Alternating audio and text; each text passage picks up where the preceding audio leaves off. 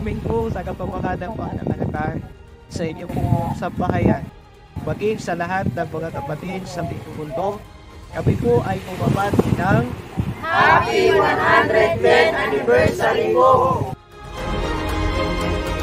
Kami po ay bumabati sa pinakamamahal po naming kapatid, ang kapatid na Eduardo V. Manalo, ang tagapamahalang pangkalahatan ng Iglesia ni Cristo, at sa lahat po ng mga kapatid sa buong mundo ng Happy 110th Anniversary po!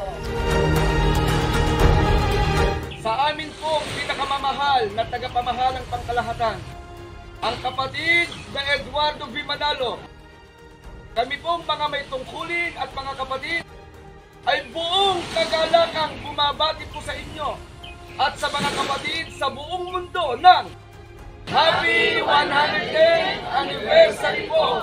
Purihin ang Diyos!